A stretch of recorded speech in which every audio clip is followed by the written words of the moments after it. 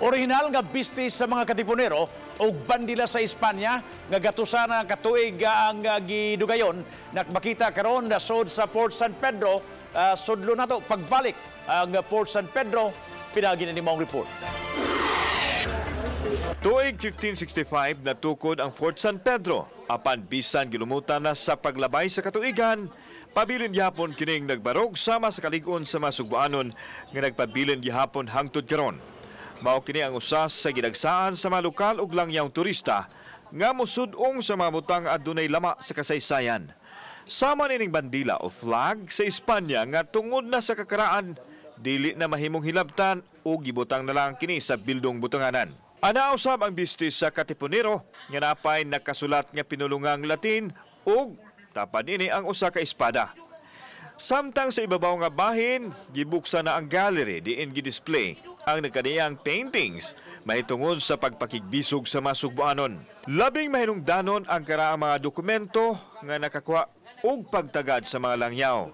Lakip na ang Atlas de Pilipinas diin nabutang ang koleksyon sa mga mapa. Makita usab ang koleksyon sa mga hulagway sa karaang mga landmark sa Sugbo. Muna ito ang collection sa mga old books na to, nga itong gihipusan sa museums. One is kining Espanyol Bisaya Dictionary and Bisaya to Espanyol nga dictionary. This is 1885. No, 1885 ni siya na-publish sa Manila, and then this is written by Father Juan Felix de la Encarnacion. No, karaan na jud kani siya nga dictionary, and then naapod tay 1952 nga collection de canticos sagrados, mga sacred music ni sa. Padayon ang pagdagsa sa mga turista sa Fort San Pedro gumikan sa historical value nini. Matahom ug limpyo ang dapit diin makita gikan sa ibabaw ang Plaza Independencia. This building here at the right side is the Cuerpo de Guardia. It's where the guards usually stays here. So this one is Vivienda del Teniente.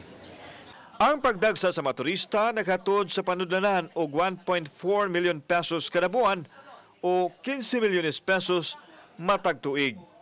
Ang pagsulod sa Fort San Pedro adunay 30 pesos nga entrance fee. Everybody is welcome. So I would like to emphasize on inviting the local tourists. Kay maybe they were here before but they are not satisfied of how it was presented. Gipaniguro sa tagdumala nga luwas nga bisitahon ang plaza ug ang Fort San Pedro sa langyaw ug mga lokal nga bisita. Kauban si Marlon Milgaso, ako si Alan Domingo, Balitang Bisdak.